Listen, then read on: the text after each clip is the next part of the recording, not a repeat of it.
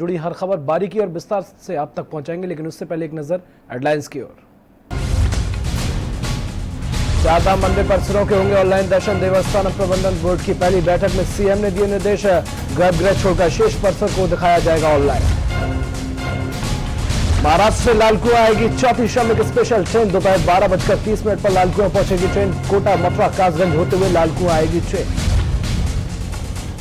चंपावत में कोरोना ने दी दस्तक। टनकपुर में 7 लोगों में हुई कोरोना की पुष्टि। सभी प्रवासी दूसरे महानगरों से पहुंचे थे टनकपुर। अधर में लटका पेयजल योजना का कार्य। लॉकडाउन के चलते नहीं हो पा रहा काम। विभाग के पास पहले ही आ चुकी है धनराशि। फायर सीजन में वन विभाग हुआ सक्रिय। सड़क के किनारों में की जा रही कंट्रोल बर्निंग। रोजाना क्षेत्र में टीम रख रही नजर। खगोल प्रेमियों के खास है आज का दिन। सूरज की तरफ बढ़ रहा तुक्ष जल तारा 6000 वर्षों से अंतरिक्ष की कक्षा में लगा रहा चक्कर। आप देख रहे हैं के न्यूज, खबरों का सारथी। तो बुलेटिन का आगाज करेंगे बड़ी खबर के साथ। प्रवासियों को लेकर बड़ी खबर आपको बता दें, महाराष्ट्र से लालकुआं आएगी चौथी श्रमिक स्पेशल ट्रेन। बड़ी खबर आपको बता रहे हैं, महाराष्ट्र से लालकुआं आएगी चौथी श्रमिक स्पेशल ट्रेन। आपको बता दें, बसई रोड स्टेशन से लालकुआं को प्रस्थान करेगी ये ट्रेन और दोपहर 12:30 पर लालकुआं पहुंचेगी श्रमिक स्पेशल ट्रेन। कोटा, मथुरा, कासगंज होते हुए लालकुआं आएगी स्पेशल ट्रेन। बड़ी खबर आपको बता रहे हैं, महाराष्ट्र से लालकुआं आएगी चौथी श्रमिक स्पेशल ट्रेन।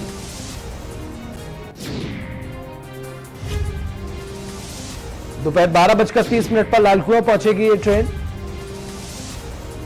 कोटा, मथुरा, कासगंज के रास्ते होते हुए लालकुआं आएगी ये स्पेशल ट्रेन।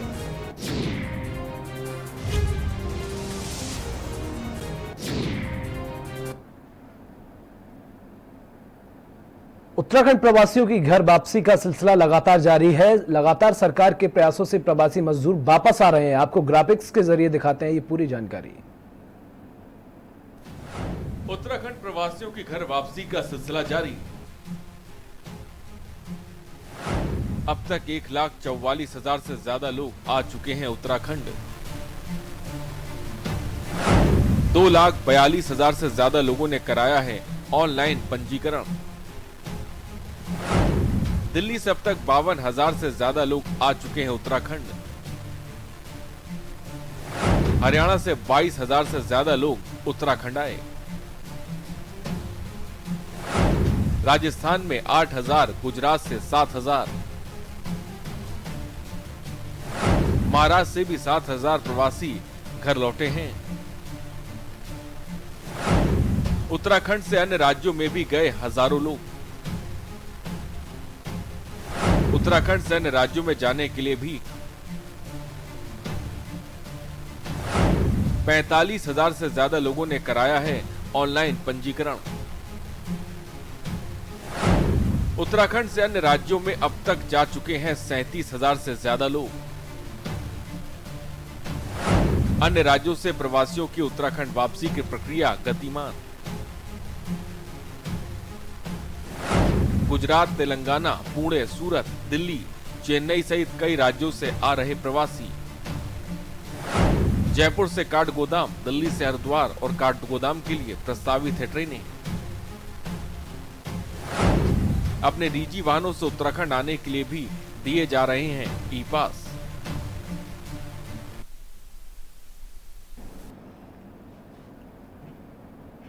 और खगोल प्रेमियों के लिए आज की शाम खास होने जा रही है, जहां एक पुष्कल तारा सूरज की तरफ धीरे धीरे बढ़ रहा है। नैनीताल आर्यभट्ट के वैज्ञानिकों ने तारामंडल में धूमकेतु, जिसे C2019 Y4 स्क्वायर नाम दिया गया है। आपको बता दें, तारामंडल में होने वाली इस उल्का बौछार पर वैज्ञानिकों की निगाहें टिकी हुई हैं।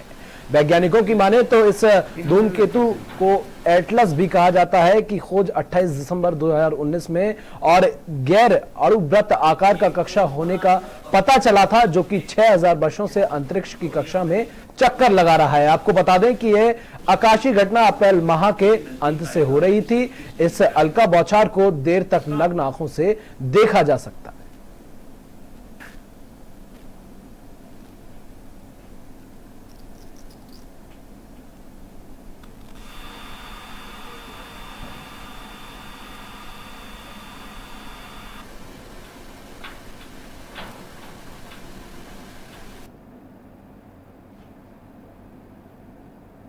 इसमें डिस्कवर किया गया था और C 2019Y4 इसको बोलते हैं और इसका नाम एटलस भी है और वो लगातार सूरज की तरफ बढ़ रहा है और अप्रैल माह से लेकर के और अगर आप मई महीने में देखें तो ये कॉमेट पश्चिमी क्षितिज पे सूरज से 10 से 20 डिग्री के दूरी में ये रहेगा और सूरज की चूँकि पास रहेगा इसलिए शाम के समय देखना उचित अवसर होगा और ये कॉमेट अपने आप में काफ़ी रोचक है और 6000 साल लगभग इसका ऑर्बिटल पीरियड है और ये काफ़ी ब्राइट है और सबसे नज़दीक ये कैमलेपॉल्डिस और पर्सियस कॉन्स्टलेशन से होते हुए ये लगभग 23 मई को पृथ्वी के सबसे नज़दीक रहेगा। उस समय इसकी दूरी लगभग सूरज से 17 डिग्री के आसपास रहेगी। और अल्मोड़ा में करोड़ों की लागत से बनने वाली पेयजल योजना का कार्य अधर में लटका है।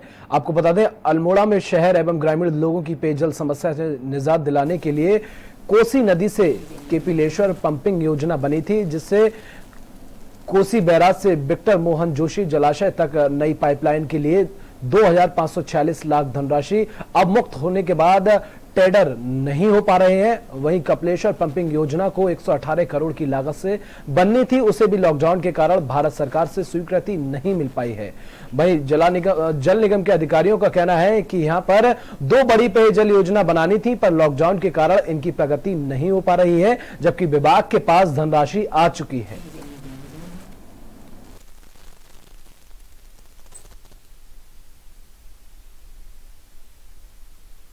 हेतु इस शाखा द्वारा 2 योजनाएं बनाई गई थी। एक योजना तो 2546 लाख रुपए की थी, जिसमें विगत वर्ष धनावंटन हुआ है, लेकिन ये लॉकडाउन का असर उस पर ये पड़ा कि उसका हमारा टेंडर फाइनल नहीं हो पाया है।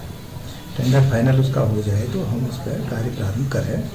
उसके दूसरे पार्ट के रूप में कपिलेश्वर नदी से एक भाग और तैयार किया गया है, जिसमें इस लागत को सम्मिलित करते हुए इसकी लागत 118 करोड़ के आसपास है। वो भारत सरकार द्वारा उसको स्वीकृति दी जानी थी, क्योंकि लॉकडाउन से विगत 2 महीने से कार्य बंद है, तो उसका कोई कार्यवाही नहीं हो पाई है।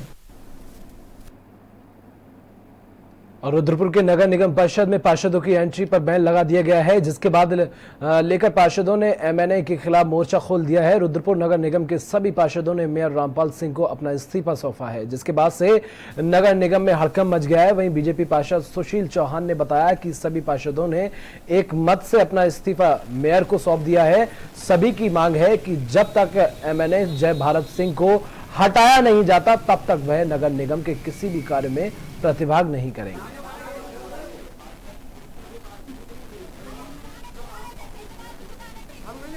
समय से नगर निगम परिसर में पार्षद साहब जो मुख्य नगर अधिकारी हैं उनके द्वारा अमान्य व्यवहार किया जा रहा था, लेकिन लॉकडाउन के चलते और कोरोना का जो संकट था, उस महामारी को देखते हुए हम पार्षदों ने उस बात को भी इधर ध्यान नहीं दिया कि कोई बात नहीं है। लेकिन पिछले अब 2-3 दिन से लगातार हमारे जो पार्षद अपने काम लेके निगम में जा रहे हैं, उनके साथ दुर्व्यवहार हो रहा है, उन्हें गेट से अंदर नहीं आने दिया रहा है। आज इसी को लेकर हमारी महिला पार्षद गई थी, उसके साथ वहाँ गेट पर बहुत दुर्व्यवहार किया गया और उसे अंदर नहीं जाने दिया। उसी को लेकर आज हमने निगम परिसर में धरना भी दिया और उसके बाद एक हमने सामूहिक बैठक करी पार्षदों की, और सबने सामूहिक इस्तीफे अपने मेयर साहब को सौंप दिए हैं। उसमें हमने कहा है कि अगर हमारी जो ये मांगे हैं, जैसे जिसमें नगर आयुक्त को जब तक हटाया नहीं जाएगा, तब तक हम नगर निगम में किसी भी कार्य में हिस्सा नहीं लेंगे। कुमाऊं विश्वविद्यालय की जुलाई माह में होने वाली परीक्षाओं को लेकर अब सवाल उठने लगे हैं। बता दें कि यूजीसी ने कुमाऊं विश्वविद्यालय ने 1 जुलाई से परीक्षाएं कराने का निर्णय लिया है, जिसको लेकर अखिल भारतीय विद्यार्थी परिषद छात्र संघ के लोग विरोध कर रहे हैं। छात्रों ने विश्वविद्यालय पर आरोप लगाते हुए कहा है कि 24 मार्च से अब तक कुमाऊं विश्वविद्यालय ऑनलाइन पर एजुकेशन बिल्कुल फेल रहा है। वहीं दूर दराज के गाँव में रहने वाले छात्रों को नेटवर्क न होने से पढ़ाई पर असर पड़ रहा है। छात्र संगठन का कहना है कि लॉकडाउन होने की वजह से काफी छात्र अपने घर दूसरे राज्यों और जिलों में चले गए हैं। दूसरे राज्यों से परीक्षाओं में आ पाना इतनी जल्दी संभव नहीं है, लिहाजा परीक्षाएं विलंब से कराई जाएं। वहीं कुलपति एन.के. जोशी ने कहा है कि कोविड-19 की स्थिति सुधारने के बाद ही 1 जुलाई से परीक्षाएं संचालित की जाएंगी। कुलपति ने छात्रों को आश्वासन दिया है कि जो भी निर्णय लिया जाएगा वह छात्रों के भविष्य को ध्यान में रखते हुए लिया जाएगा। कल ही हमें शासन से एक पत्र प्राप्त हुआ है जिसमें शासन ने ये कहा है कि 1 जुलाई से बच्चों के एग्जाम को स्टार्ट किया जाए, कैरी ओवर कर दिया जाए, या हम बच्चों को जो 50% इंटरनल मार्क्स पे 50% हमारे जो हैं प्रीवियस ईयर के मार्क्स पर लिया जाए, इस पर विचार किया जाएगा। 24 मार्च से जब लॉकडाउन स्टार्ट हुआ है तब से लेकर आज तक विश्वविद्यालय ने ऑनलाइन एजुकेशन के ऊपर जोर दिया है, जो कि बिल्कुल एक कंप्लीट फेलियर है, क्योंकि बच्चों से ऑनलाइन क्लासेस के नाम पे उनको पीडीएफ दिया जा रहा है, एक पेपर में लिख करके नोट्स दिए जा रहे हैं। एक्स वाले स्टूडेंट्स ऐसे हैं जिनको अगर कोई फॉर्मूला समझना हो तो क्या वो पीडीएफ या किसी भी माध्यम से समझ पाएंगे जब तक उनकी वर्चुअल क्लासेस ना हो। ऐसे ही अन्य जो सब्जेक्ट्स के बच्चे हैं उनके संग भी ये भेदभाव हो रहा है। मांगे ये है कि 2nd और 4th सेमेस्टर के जो बच्चे हैं उन लोगों के ऊपर एग्जाम्स ना थोपे जाए, उनके लिए कैरी ओवर करा जाए ताकि उन बच्चों के संग खिलवाड़ ना हो।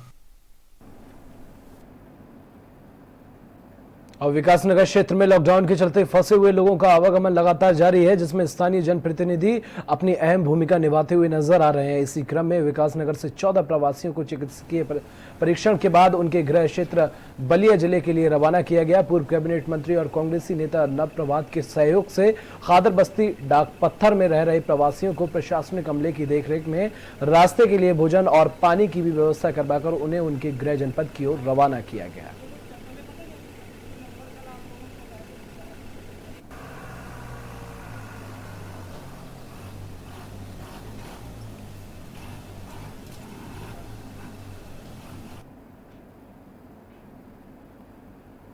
सरोवर नगरी नैनीताल में गर्मी के बढ़ने के साथ ही नगर के समीपवर्ती मनोरा रेंज में वन विभाग सक्रिय हो चुका है। जंगलों में आग की घटनाओं को रोकथाम के लिए कई दिनों से नैनीताल हल्द्वानी सड़क के किनारों में कंट्रोल बर्निंग की जा रही है। वन विभाग कर्मचारी द्वारा बल्दी या खान पांडवाडगर सड़क में वन विभाग की टीम द्वारा कंट्रोल बर्निंग की गई। मनोरा रेंज में तैनात वन दरोगा दया किशन तिवारी ने बताया कि टीम द्वारा रोजाना क्षेत्र में नजर रखी जा रही है, साथ ही सड़क के दोनों तरफ के पिरूल व पत्तों को एकत्र कर जलाया जा रहा है ताकि राहगीरों द्वारा राह चलते जलती बीड़ी सिगरेट फेंकने पर आग लगने की डर कम रहे। आपको बता दें, उन्होंने बताया कि 7 से 8 लोगों की टीम बनाकर काम किया जा रहा है, जिनमें एक वन रक्षक, एक वन दरोगा व फायर वॉचर तैनात किए गए हैं।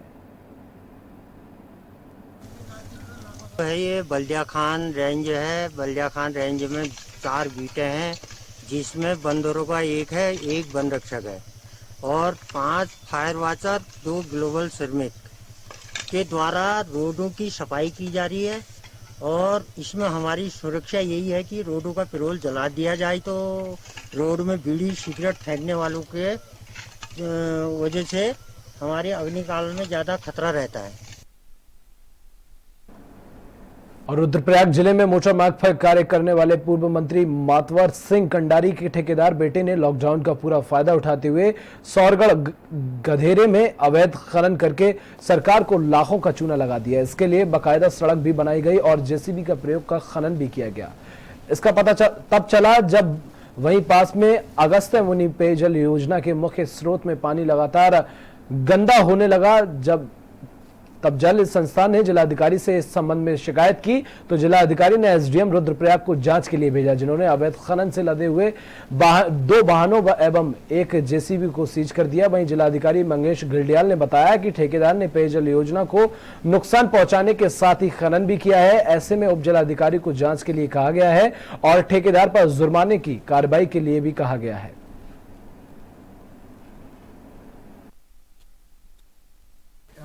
ठेकेदार ने जो है लॉकडाउन का पूरा फायदा उठाते हुए यहाँ जो है ये सुरगढ़ नामक जो गधेरा है उसमें से पूरा खनन करके जो है इसने रोड की सोलिंग वगैरह उसी पूरे मटेरियल से की है। लगभग ये 2 किलोमीटर की सोलिंग उसने जो है इस दौरान की है और ये पूरा का पूरा लाखों का जो है राजस्व का नुकसान सरकार को किया है। हाँ, रोड ये जो है 2006 में पास हुई थी राज्य वित्त से और उस समय ये 7 किलोमीटर रोड सेंक्शन हुई थी। उसके बाद जो है लंबे समय तक इसमें कभी जो है वन अधिनियम के कारण ये अटकी रही। इसमें देखिए हमारे पास जो प्राथमिक शिकायत आई थी कि जो PMGSY की सड़क का कार्य चल रहा है उसकी वजह से जल स्रोत को उन्होंने नुकसान किया है। तो उसकी जांच के लिए उप जिलाधिकारी को भेजा गया था। उप जिलाधिकारी ने वहाँ पर अवैध खनन भी पाया, तो उन्होंने जो वाहन थे वो सीज कर दिए हैं और उनसे विस्तृत रिपोर्ट मांगी गई है कि कितने एरिया में अवैध खनन किया गया था और उसी के आधार पर उसमें जुर्माने। और चंपावत में भी कोरोना ने अपनी दस्तक दे दी है, जहां अब तक ग्रीन जोन में शामिल टनकपुर में 7 लोगों में कोरोना की पुष्टि हुई है। वहीं बीते 3 दिन पहले चंपावत स्वास्थ्य विभाग ने बाहर से आए 39 कोरोना संदिग्ध के सैंपल लिए थे, जिसमें से 32 की रिपोर्ट नेगेटिव आई थी, लेकिन 7 की रिपोर्ट पॉजिटिव आने से हड़कंप मच गया। बता दें ये सभी प्रवासी मुंबई, गुरुग्राम और दूसरे महानगरों से टनकपुर पहुंचे थे।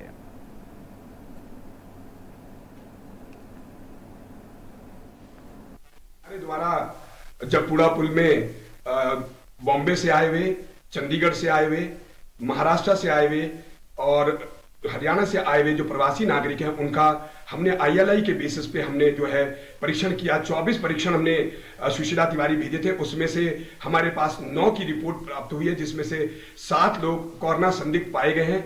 कोरोना संदिग्ध मरीज वो हमने जो है TRC टनकपुर में हमने क्वारंटीन, आइसोलेशन क्वारंटीन में रखा हुआ है।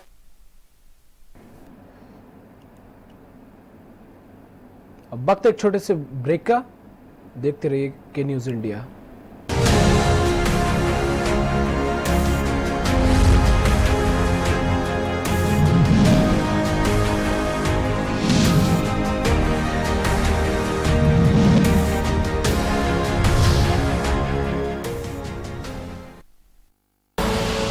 आप देख रहे हैं के न्यूज, खबरों का सारथी।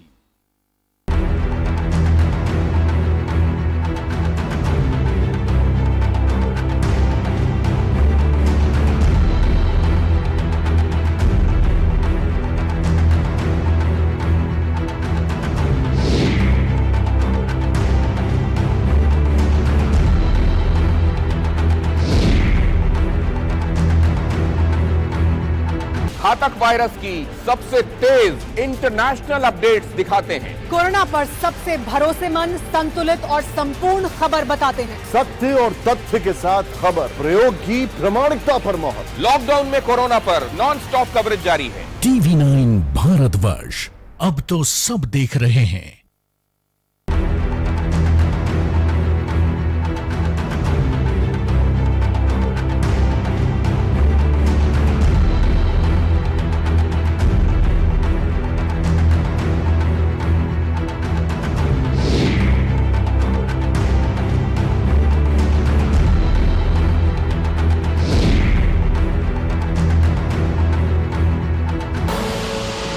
देख रहे हैं के न्यूज, खबरों का सारथी।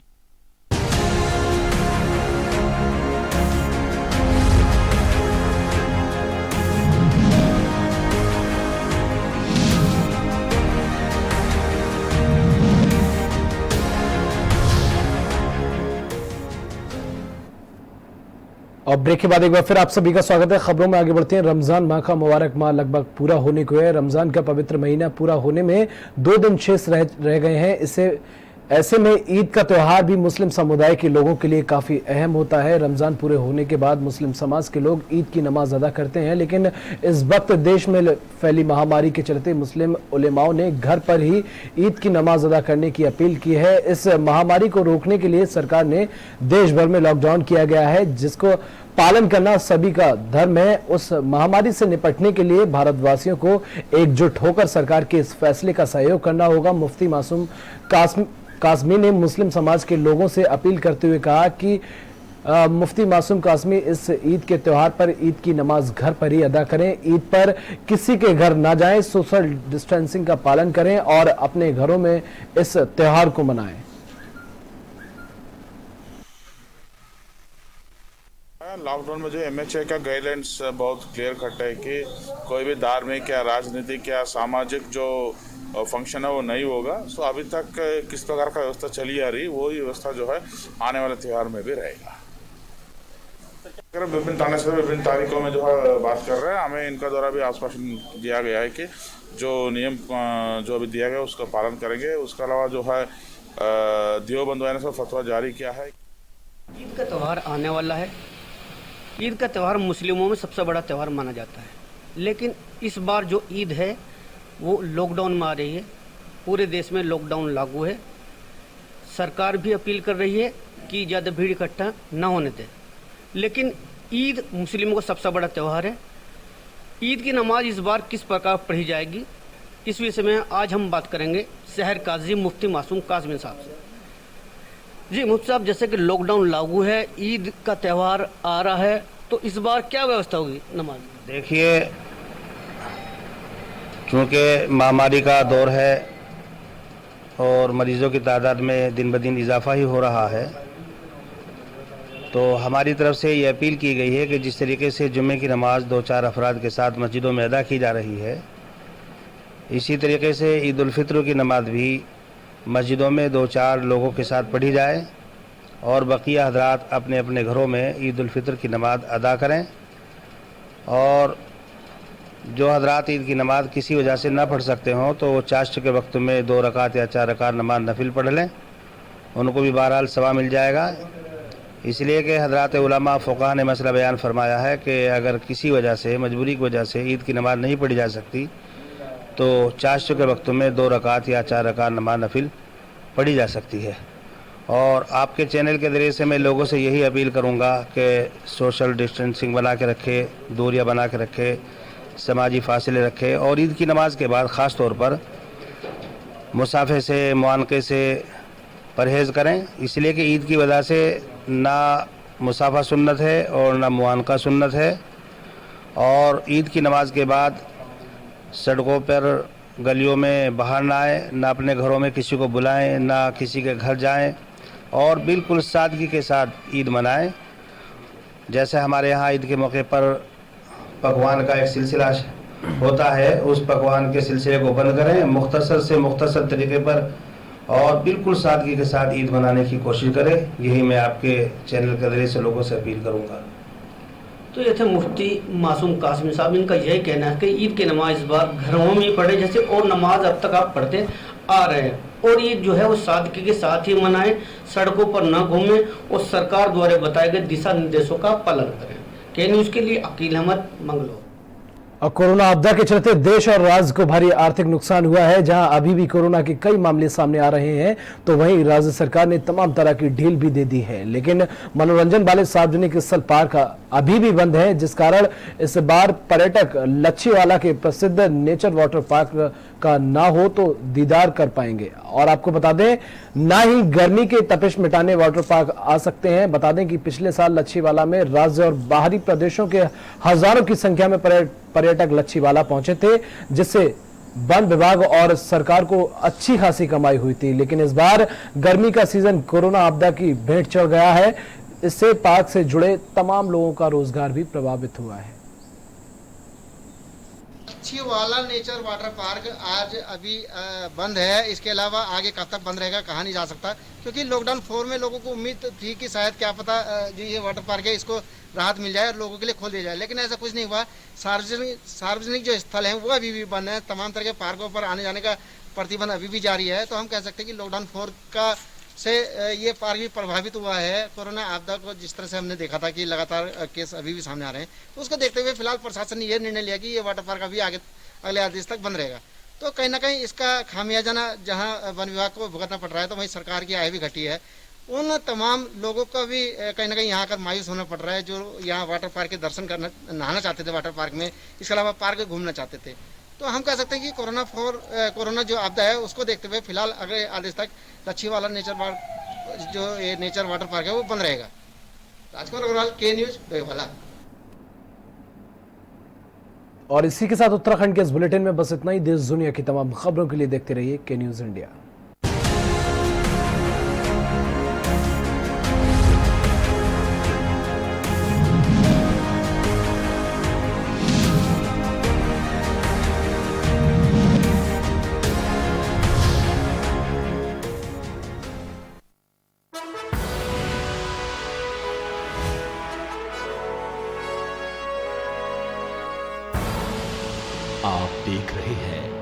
के न्यूज, खबरों का सारथी। जिसने पूरी दुनिया को तड़पाया, उसके पर्दाफाश का हमने बीड़ा उठाया।